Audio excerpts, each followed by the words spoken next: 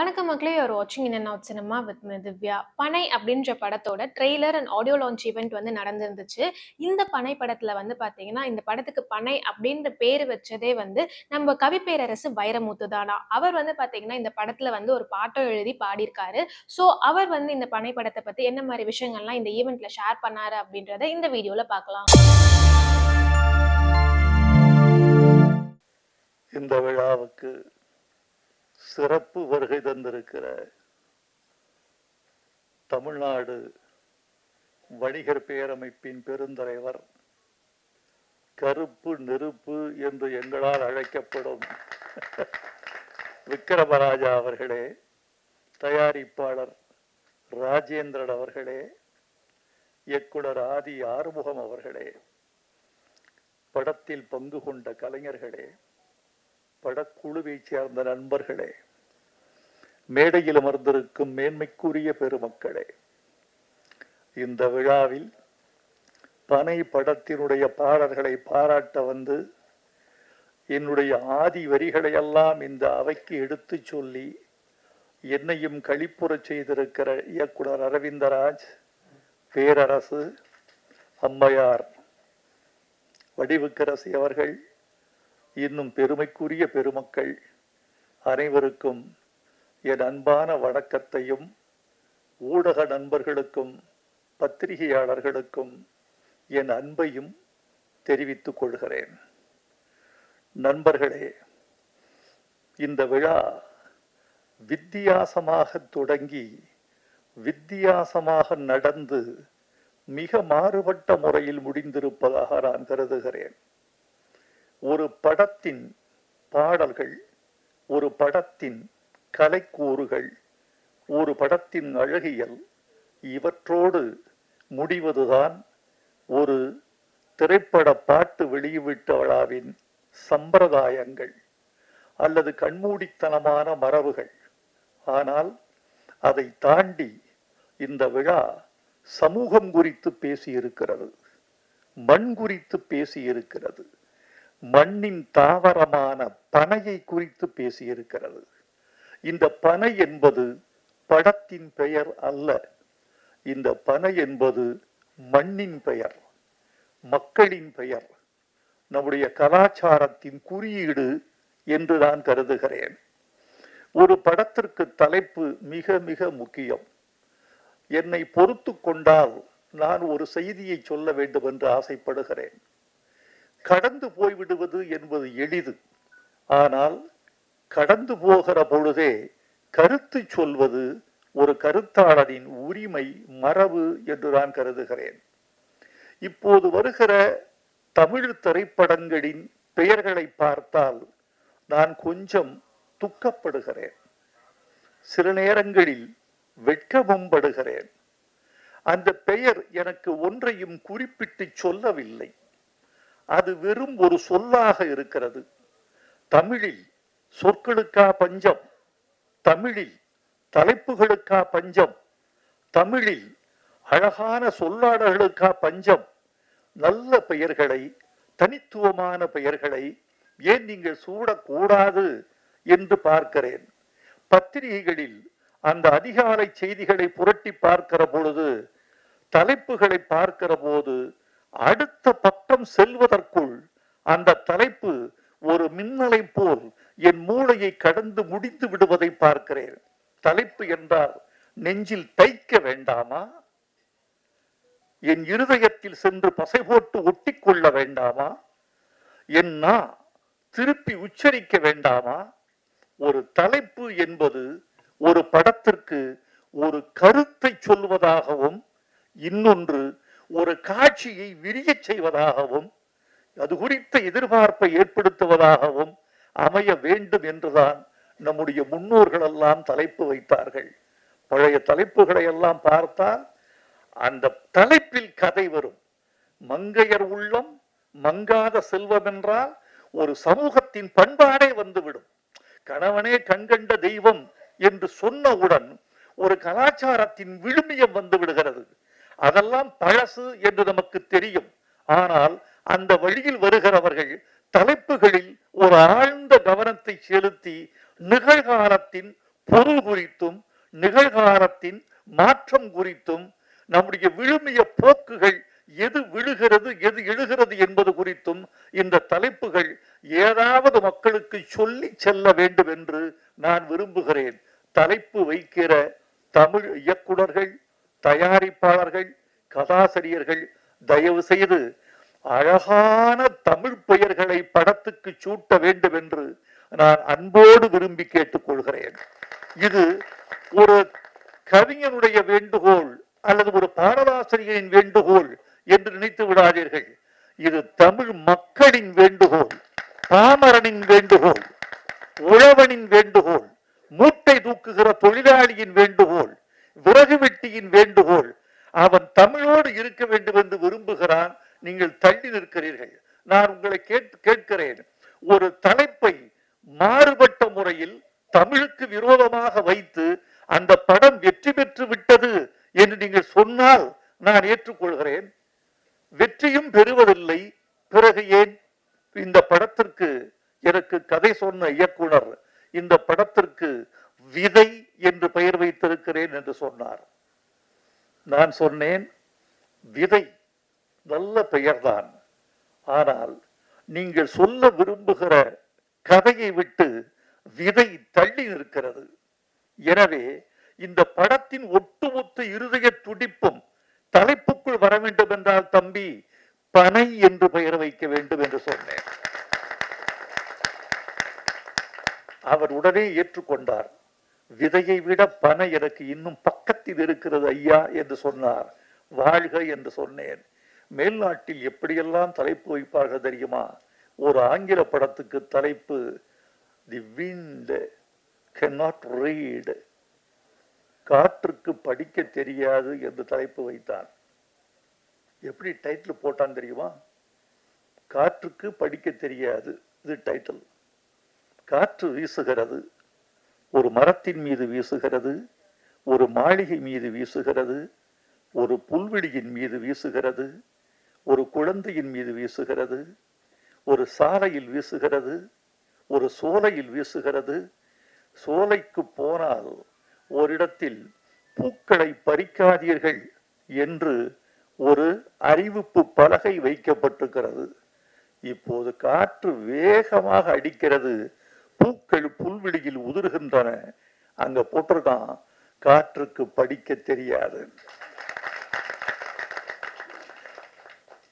உங்களுடைய கரவொலி அந்த படத்திற்கு திரையரங்கில் விழுந்திருக்குமா, விழுந்திருக்காதா? அதுதான் வேண்டும். ஒரு தலைப்பு உங்களுக்குள் ஒரு பரவசத்தை உண்டாக்க வேண்டும். டெல்லியில் ஒருவன் தன் சுயசரிதையை எழுதினான். எழுதிவிட்டு மை ஸ்டோரி என்று தலைப்பு வைத்தான். 100 பிரதிகள் கூட விற்கவில்லை. என்ன என்று யோசித்து பார்த்தான். அட்டையை கிழித்தெறிந்து விட்டு இன்னொரு தலைப்பு வைத்தான். ஒரே நாளில் 3000 பிரதிகள் விற்று விட்டன. அவன் வைத்த தலைப்பு மை ஸ்டோரி கதை மாத்தி என் மகனின் தந்தையின் கதைன்னு வச்சான். அது அவன் கதைதான், அது அவன் கதைதான். என் மகன் அதே தலைப்பு தான், என் மகனின் தந்தையின் கதைன்னு சொன்ன ஏதோ விவகாரமா இருக்கே என்று உள்ளே வந்தான். நண்பர்களே, இந்த பனை என்ற ஒரு குறியீட்டை பற்றி உங்களுக்கு சில செய்திகள் சொல்லியாக வேண்டும். இந்தியாவில் 11 கோடி பனை மரங்கள் இருக்கின்றன. இந்த 11 கோடி பனை மரங்களில் 6 கோடி பனை மரங்கள் தமிழ்நாட்டில் மட்டும் இருக்கின்றன. இந்த பனை என்பது தமிழ்நாட்டு தாவரம். ஆப்பிரிக்காவிலிருந்து மனித இனம் மடகாஸ்கர் தாண்டி இந்தியா வழியே வந்து ஆஸ்திரேலிய கரையில் சென்று குடியேறிய காலத்தில் கடத்தி வரப்பட்ட மரம் பனைமரம். இந்த பனைமரத்தை சாதாரணமாக கருத வேண்டாம், வெறும் மரம் என்று. நம்முடைய முடியாட்சியோடு சம்பந்தப்பட்டிருக்கிறது, நமது கலாச்சாரத்தோடு சம்பந்தப்பட்டிருக்கிறது. சேர சோழ பாண்டியர்களுக்கு 3 கொடி இருப்பது தெரியும். சோழனுக்கு புலிக்கொடி, பாண்டியனுக்கு மீன்கொடி, சேரனுக்கு விற்கொடி என்பது உங்களுக்கு தெரியும். இந்த 3 மன்னர்களுக்கு 3 மாலைகள் இருந்த கதை தெரியுமா? பாண்டியனுக்கு வேப்பம்பூ மாலை, சோழனுக்கு ஆத்தி மலர் மாலை, சேரனுக்கு பனம்பூ மாலை. சேர மன்னன் தனது நெஞ்சில் அணிந்த அடையாள பூவாக, தேசிய பூவாக அவன் கருதியது பனம்பூவை. பனம்பூ மாலை அணிந்தவன் சேரன் என்பது நம்முடைய வரலாறு. இந்த பனை மாதிரி தாய் கூட கொடுக்க முடியாது. அதாவது நீங்க தாய்க்கு கூட நீங்கள் எவ்வளவு கடமையை செய்ய வேண்டும் என்று உங்கள் மனசுக்குள் ஒன்று இருக்கும். அவள் தாய்ப்பால் கொடுத்ததற்கு நாம் தாய்க்கு செய்ய வேண்டிய கடமை நமக்கு இருக்கிறது என்று நீங்களும் செய்வீர்கள். ஆனால் தாயும் எதிர்பார்ப்பாள், தப்பில்லை, அவளுக்கு அந்த உரிமை இருக்கிறது. இந்த பனை எதிர்பார்ப்பதில்லை, அது உன்னிடம் தண்ணீரை எதிர்பார்ப்பதில்லை, உன்னிடம் பராமரிப்பை எதிர்பார்ப்பதில்லை, உன்னிடம் உரத்தை எதிர்பார்ப்பதில்லை. அது வானத்திலிருந்து நீரை வாங்கிக் கொள்கிறது. வானத்தில் தண்ணீர் வறண்டு போன போது காற்றின் ஈர பசையை பனை ஓல இழுத்து தன்னை உறுதிப்படுத்திக் கொண்டு உயிர் வாழ்ந்து கொள்கிறது. ஒரு 15 வருஷத்துல ஒரு பனைமரம் நின்று நிற்கிறது. ஒரு பனைமரம் ஆண்டுக்கு 150 லிட்டர் பதநீரும் 24 கிலோ பனை வெல்லமும் தருகிறது. இந்த மரத்தை நாம் ஏன் தமிழ்நாட்டின் தேசிய மரமாக அறிவிக்க கூடாது? அறிவிச்சிருக்காங்களா? இருக்காங்க. தமிழ்நாட்டின் தேசிய மரம் என்று சொல்ல முடியுதா? அப்படியே சொல்லிருக்காங்க.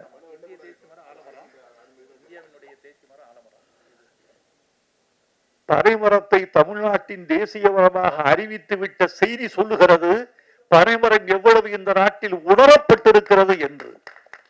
இந்த பனைமரத்தை நாம் வெறும் தலைப்பாக மட்டும் கருத வேண்டாம் தோழர்களே.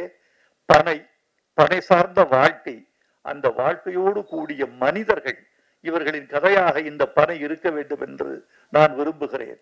இந்த பனையை காட்சியை இன்றுதான் உங்களோடு நான் நின்று பார்த்தேன். எனக்கு மகிழ்ச்சி.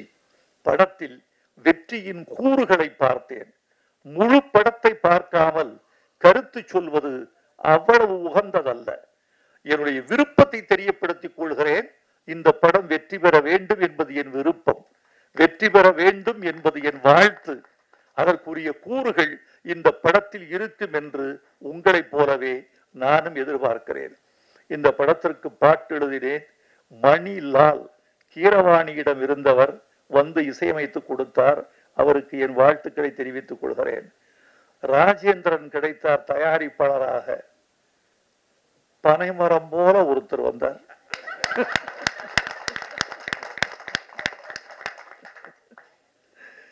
பனைமரம் போல ஒருத்தர் வந்து நான் பனை எடுக்கிறேன் என்று வந்தார். உங்களுக்கு என் வாழ்த்துக்கள் ராஜேந்திரன்.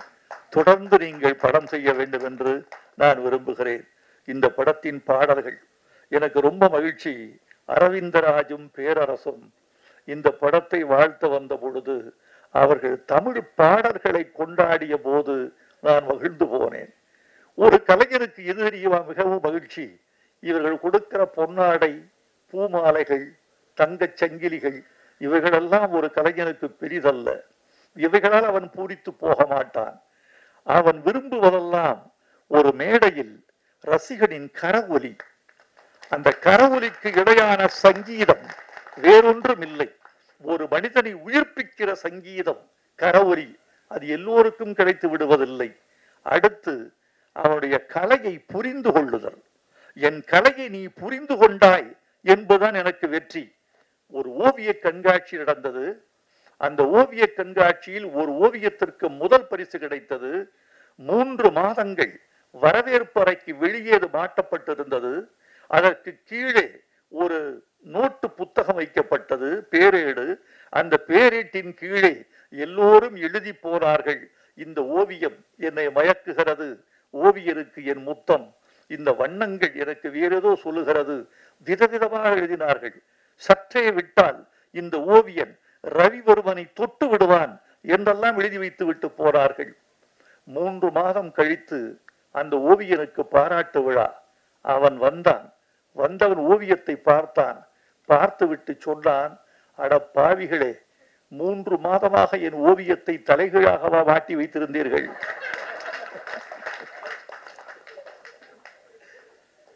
என்னை பாராட்டி புரியாமல் பாராட்டி இருக்கிறீர்கள். என் ஓவியத்தை புரிதல் தான் நான் கேட்கிற முதல் பரிசு. எனக்கு விருதெல்லாம் என் ஓவியம் ரசிக்கப்பட்டு விட்டது, தூய்க்கப்பட்டு விட்டது, என் கலையின் ஜீவநாடி அறிந்து கொள்ளப்பட்டு விட்டது என்பதுதான் ஒரு கலைஞன் வேண்டுகிற மிகப்பெரிய யாசகம்.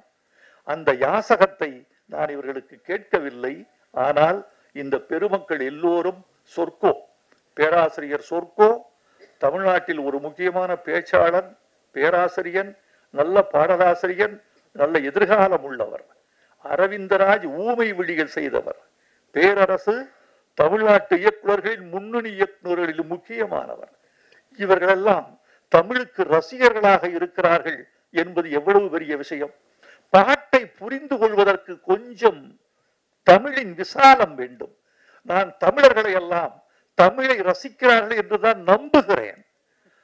நான் நம்புவதற்கு காரணமே தமிழ்நாட்டு மக்கள் பழமொழிகள் படித்து வந்தவர்கள், விடுகதை போட்டு வந்தவர்கள். எழுத்தறிவு இல்லாதவன் கூட தமிழோடு உறவாடி வந்திருக்கிறான் தமிழ்நாட்டில். அவனை கேட்டால் விவாதிப்பான், அவனை கேட்டால் விமர்சிப்பான், அவனை கேட்டால் பழமொழிகளில் பதில் சொல்வான், அவனை கேட்டால் விடுதலைகளிலும் சிக்க வைப்பான். அப்படி தமிழன் தன்னுடைய வாழ்வோடு தமிழோடு ஊறி வந்திருக்கிறான். எனவே இந்த தமிழும் அவனுக்கு புரியும் என்று நம்பிக்கையில் கொண்டுதான் வந்திருக்கிறேன். சில பேருக்கு புரிவதில்லை, அந்த இடத்தில் தமிழ் நிலைப்பதில்லை. ஒன்று சொல்லுகிறேன், திரைப்பட பாட்டை நான் எப்படி நினைக்கிறேன் தெரியுமா?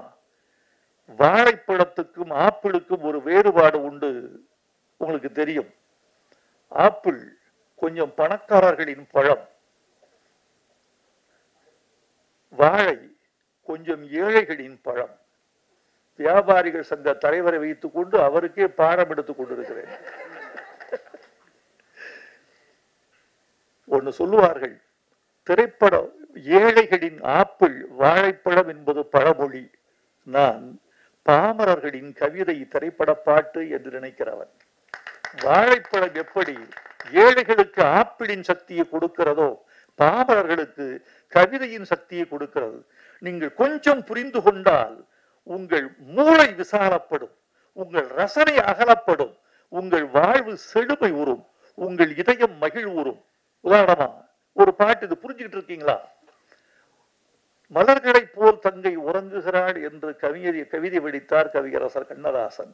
அதில் ஒரு வரி, தங்கைக்கு திருமணமாகிறது, வளர்கிறாள், போகிறாள், வரவேற்கப்படுகிறாள், இப்படி பாட்டு போகுது. தங்கையின் எதிர்காலம் குறித்து அண்ணன் கனவு காண்கிறான். அப்ப சொல்றான், பூமணம் கொண்டவள் பால்மணம் கண்டாள். இந்த பொருள் எத்தனை பேருக்கு புரிஞ்சிருக்கு? பூமணம் கொண்டவள் பால்மணம் கண்டாள். ஒரு கவிஞன் 10 மாதத்தை 4 வார்த்தைகளில் கடக்கிறான். பூமணம் கொண்டவள், மலர் சூடிக்கொண்டாள் மணவாளனால், பூமணம் கொண்டவள், 10 மாதத்துல குழந்தை பிறந்துருச்சு, பால் மணம் கண்டாள். அந்த 10 மாதத்தை 4 சொற்களில் கடக்கிறான் கவிஞன். இதை புரிந்து கொள்கிற போது மொழி மீது காதல், கவிஞன் மீது காதல், நம் மீதே காதல், நம் கலாச்சாரத்தின் மீது ஒரு பெரிய செறிவு விரிவு இதெல்லாம் வருகிறது. கன்னத்தில் ஒன்னே ஒண்ணு கடனாக தாடா, கல்யாண பரிசுல என்ன அர்த்தம்? கன்னத்தில் ஒன்னே ஒண்ணு கடனாக தாடா, கடன் தந்தால் என்ன அர்த்தம்? திருப்பி தரணும். கன்னத்தில் ஒன்னே ஒண்ணு கடனாக தாடன்னா, கடனா கொடுத்துட்டு நான் திருப்பி தரணும் இல்ல, நான் வட்டியும் போட்டுல கொடுப்பேன். நீ ஒரு முத்தம் கொடுத்தால் நான் திருப்பி 1, வட்டி 1, நான் 2 முத்தம் கொடுப்பேன். கன்னத்தில் இதெல்லாம் இவ்வளவு அழகு இருக்கு. இப்போது நான் சொன்ன பிறகு இந்த சபை கைதட்டுவதை பார்த்து நீங்கள் புரிந்து கொண்டால் உங்களுக்கு நீங்களே கைதட்டிக் கொள்ள மாட்டீர்களா? உங்களோடு சேர்ந்து தமிழும் கைதட்டாதா? இது பட்டுக்கோட்டை பாட்டு. வாலி எழுதினாரு, வளையல் போட வர்றாரு கல்யாண பொண்ணுக்கு. கல்யாண பொண்ணு கண்ணான கண்ணுன்னு ஒரு பாட்டு. அதுல பொண்டாட்டி புருஷன் 2ஆக இருந்தால் இது வரைக்கும் தான் தெரியும். பொண்டாட்டி புருஷனுக்கும் பொண்டாட்டிக்கு சண்டை, ரெண்டு பேரும் ஒன்னா இருக்கணும், ஆனா ரெண்டா இருக்காங்க. இந்த வளையல் போட்டா என்ன ஆகும்? பொண்டாட்டி புருஷன் ரெண்டாக இருந்தால் சராசரியா எப்படி எழுதுவான் ஒருத்தன்? ஒன்னாக செய்யும் வளையல், அப்படித்தான் எழுதுவான். பொண்டாட்டி புருஷன் ரெண்டாக இருந்தா ஒன்னு சேர்த்துரும் ரெண்டு பேரையும், அப்படிதான் எழுதுவான். வாலி எழுதினாரு, பொண்டாட்டி புருஷன் ரெண்டாக இருந்தால் மூணாக செய்யும் வளையல். குழந்தை பிறந்துருமா? இந்த வளையல் சத்தம் அவளை அந்த வளையல் சத்தத்தின் சிணுங்களில் அவள் எழுப்புவதும், அவள் முனகுவதும், அவள் அழைப்பதும், அவள் ஆரவாரம் செய்வதும், அவள் கொஞ்சச் செய்வதும், அவள் மிஞ்சி செய்வதும், இரண்டு பேருக்கும் ஒரு காதல் வளர்வதும், காதல் கலவியில் முடிவதும், அது குழந்தையில் சென்று வளர்வதும் இந்த ஒரு வளையலால் நடக்கும்னு சொல்றான். இந்த வளையல் ஓசை என்னென்ன பயணம் செய்யுது, இதெல்லாம் இந்த ரெண்டாக பொண்டாட்டி புருஷ ரெண்டாக இருந்தா மூணாக செய்யும் வளையல் என்று சொல்லுகிற போது ஒரு ஓசை கேட்கிறது. அந்த ஓசையின் வெளியே ஆசை வழிந்து மூன்றாவது குழந்தை பிறந்து விடுகிறது சொல்றான். இவ்வளவு இருக்கு இந்த படத்துல. பாட்டு இருக்க ஒரு பாட்டு, இந்த பொண்ணு நல்லா நடிச்சிருக்கேம்மா, நீங்களும் நல்லா இருக்கீங்க தம்பி. அந்த பொண்ணை பக்கத்தில் ஒரு அழகான பெண்ணை வைத்துக் கொண்டு நீங்க அதை கவனிக்காமல் போறது மாதிரி ஒரு தண்டனை வேற எதுவுமே கிடையாது. அதை நீங்க ரொம்ப அலட்சியப்படுத்திருக்கீங்க, ரொம்ப அழகா. அதுல ஒத்த பனைமரமா நான் ஒத்தையில நிக்கிறனே, புத்திகெட்ட அத்த மகன் புலம்ப விட்டு போறானே. இது ஒரு பெண்ணினுடைய ஏக்கம். இந்த முதல் வரி ஒத்த பனைமரமான்னு ஏன் சொன்னான்? ஒத்த பனைமரமான்னு ஏன் சொன்னா? இந்த ஒத்த பனைமரம் முதல் வரியில் இங்க வச்சேன் இல்லையா, இதுக்கு ஒரு விடுகதை. ஒத்த பனைமரமா ஒத்தையில நிக்கிறனே, புத்தி கெட்ட அத்த மகன் புலம்ப விட்டு போறானே. இந்த முதல் வரிக்குடைய விடுகதையை கடைசி வரியில விட சொல்லியிருக்க. ஒரு தலையா காதலிச்சா ஒண்ணு சேர முடியாது, ஒத்த பனைமரையில் ஊஞ்சல் கட்ட முடியாதுன்னு சொல்லு.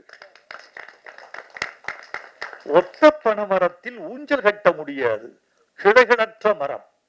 இந்த பனைமரம் கிளைகளற்ற மரம், இதில் ஊஞ்சல் கட்ட முடியாது. இது நீ ஒரு பனைமரம், நான் ஒரு பனைமரம், ரெண்டு ஒத்த பனைமரம் சேர்ந்தாதான் ஊஞ்சலே கட்ட முடியும், இரண்டு கைகள் தட்டினால்தான் ஓசை வரும் என்று அது அந்த முதல் வரிக்கு சொல்லப்பட்ட. இந்த முதல் வரியை எடுத்து கொண்டுகோட்டு பொருள்கோள் என்று தமிழில் ஒரு இலக்கணம் உண்டு. இந்த கொண்டுகோட்டு பொருள்கோள் மூலம் இந்த முதல் வரியை எடுத்து கொண்டு போய் கடைசி வரியில் இணைத்தால் இந்த பாட்டுக்குரிய பின்னணியும் அந்த ஒரு பெண்ணின் வலியும் அதுக்குரிய காதல் துடிப்பும் அதெல்லாம் சேர்ந்து வரும். இதையெல்லாம் இப்படியெல்லாம் புரிந்து கொள்வதற்கு உங்களுக்கு நான் பயிற்சி கொடுக்க வேண்டும் என்று இந்த பாடல்களில் ஒரு முயற்சி செய்து கொண்டிருக்கிறேன். அவ்வளவுதான். நண்பர்களே, இந்த விழாவுக்கு அண்ணன் விக்ரமராஜா வந்தது எனக்கு பெரிய பெருமையாக இருக்கிறது. நீங்கள் வந்ததில் எவ்வளவு அழகழகான செய்திகளை சொன்னீர்கள், உங்கள் வாழ்க்கையை சொன்னீர்கள், பனையின் பெருமையை சொன்னீர்கள், தமிழ்நாட்டு மக்களின் வலியை சொன்னீர்கள். எங்கு போனாலும் வியாபாரிகளை விட்டு கொடுக்க மாட்டீர்கள். அதோடு சேர்ந்து முதலமைச்சருக்கு ஒரு கோரிக்கை வைத்து விட்டீர்கள். எங்கே வந்தாலும் நீங்கள் நீங்களாகவே இருப்பீர்கள். சந்தன மரத்தை தேய்த்து தேய்த்து ஒரு பிறப்பங்குச்சியாக மாற்றினாலும் அது சந்தனத்தினுடைய வாசனையைத்தான் கொடுக்குமே தவிர எந்த மேடைக்கு போனாலும் நீங்கள் நீங்களாகவே இருக்கிறீர்கள். வந்திருந்த பெருமக்களுக்கு நன்றி, ஊடகத்தாருக்கு நன்றி, உங்களுக்கு நன்றி. நண்பர்களே, இன்றைக்கு ஒரு படம் தயாரிப்பது எளிது. பணம் இருந்தால், நல்ல கலைஞர்களின் துணை இருந்தால் படம் தயாரித்து விட முடியும். எது கடிது தெரியுமா? ஒரு படத்தை வெளியிடுவது. அந்த படத்தை வெளியிடுவது அவ்வளவு எளிதான காரியம் அல்ல. பணம் இருந்தால் மட்டுமே கூட படத்தை வெளியிட முடியாது. திரையரங்குகள், காலம், சூழல் எல்லாம் வேண்டும். எல்லாவற்றையும் விட இந்த படத்தை பார்ப்பதற்கு தமிழர்களின் தயாரான மனநிலை வேண்டும். அந்த மனநிலையை தயாரித்துக் கொண்டு இந்த படத்தை நீங்கள் நல்ல முறையில் வெளியிட வேண்டும். பனை வெற்றி பெற்றால் சிறு தயாரிப்பாளர்கள் வெற்றி பெறுவார்கள். இங்கு ஒரு செய்தி மீண்டும் மீண்டும் சொல்லப்பட்டது. வைரமுத்து இந்த விழாவுக்கு வந்திருப்பது எங்களுக்கு பெருமை, பல விருதுகள் பெற்றவர் இந்த சின்ன விழாவுக்கு வந்திருக்கிறார் என்று. தயவு செய்து அந்த கருத்தை நீங்கள் திருத்திக் கொள்ள வேண்டும். இந்த விழாவுக்கு வருவதனால் தான் நான் விருது பெறுகிறேனே தவிர, இந்த விழாவுக்கு வருவதெல்லாம் தான் நான் பெருமை உறுகிறேனே தவிர, நான் பெரியவன் அதனால் இந்த விழாவுக்கு வந்தேன் என்று நான் ஒருபோதும் கருத மாட்டேன். ஏனென்றால் எவனுக்குள் என்ன குணம், எவனுக்கு என்ன வரம் கண்டதில்லை ஒருவருமே. ஒரு விதைக்குள்ளே அடைபட்ட ஆலமரம் கண்விழிக்கும் அதுவரை பொறுமனமே என்று எழுதியவன் நான். எனவே என்னை தேடி புதிய இயக்குனரோ புதிய இசையமைப்பாளரோ வருகிற போது எந்த புற்றுக்குள் எந்த பாம்போ என்று பார்க்காமல் எந்த விதைக்குள் எந்த விருட்சமோ என்றுதான் நான் பார்க்கிறேன். அப்படி ஒரு தயாரிப்பாளர், ஒரு இசையமைப்பாளர், ஒரு இயக்குனர் வந்த பொழுது இவர்களுக்குள் ஒரு பாரதி ராஜா, இவர்களுக்குள் ஒரு சங்கர், இவர்களுக்குள் ஒரு மணிரத்னம் இருந்துவிட மாட்டார்களா என்றுதான் நான் கருதி பார்க்கிறேன். அதனால் நீங்கள் எல்லோரும் வளர வேண்டும். எனக்குரிய ஆசை, நான் நீண்ட காலம் திரையுலகில் பயணித்துக் கொண்டே இருக்கிறேன். ஒரு 4 தலைமுறையை பார்த்து விட்டேன். எல்லா தலைமுறைக்கும் பொதுவான ஒரே ஒரு குணம் வெற்றியும் தோல்வியும். எல்லா தலைமுறையிலையும் வெற்றி ஒரு பாதி, தோல்வி ஒரு பாதி.